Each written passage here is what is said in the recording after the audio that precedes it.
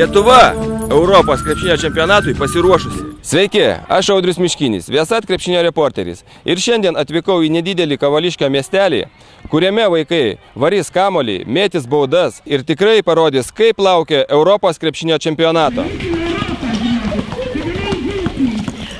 Čia yra šventė, sportiška šventė, kuri vadinasi Mes už Lietuvą. Mes norim, kad mūsų Lietuvos krepšininkai laimėtų.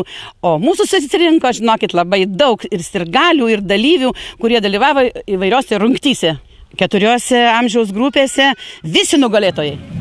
10 taškų. 15 taškų lyderė.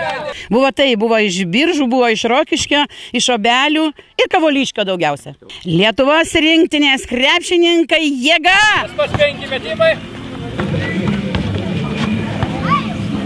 Na ir kiek vaikų viso buvo?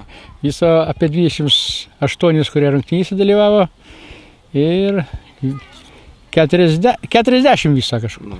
Tai dabar palinkėjimai Lietuvos rinktiniai. Nu gal visų pirma, kad pagerintų žaidimą ir tikriausiai, kad jie prizininkos tikiu, kad bus. Ir visas Kavališkis tiki.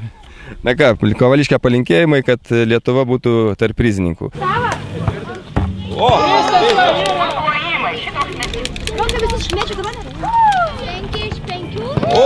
Lietuvos rinktinės krepšininkai jėga!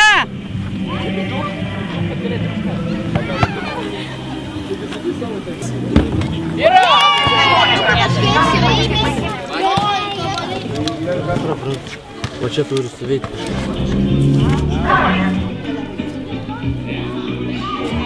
Parodykit dabar visai tautai Ir mes dar vieną turim nugalėtoją. tą gražiausią piešinį.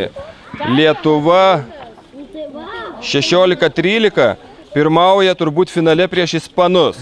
Lietuva krepšinio šalis. Arijana Šerepkaitė, 10 metų. Geltona, žalia, raudona. Mes už Lietuvą. Tai yra 60 metų amžiaus grupėje. Dainis Kublinskas 1 vieta, Karnelis Neniškis 2 vieta ir Marius Krasauskas 3 vieta. Sveikinu tave su 1 vieta. Taip, 2 vietą kas užėmė. Karnelis 2 vieta. O tau dabar liko 3, bet visos tokias gražias. 1 vieta tenka Šarikas, 2 vieta Justas ir 1 vieta Arnas. Ir 1 vieta Aleksandras Garuolis. Aš už Lietuvą! Martynas Počius. Varom už Lietuvą! Pavarom už Lietuvą! Paulius Jankūnas. Mes laimėsim! Mes nugalėsim! Lietuva jėga!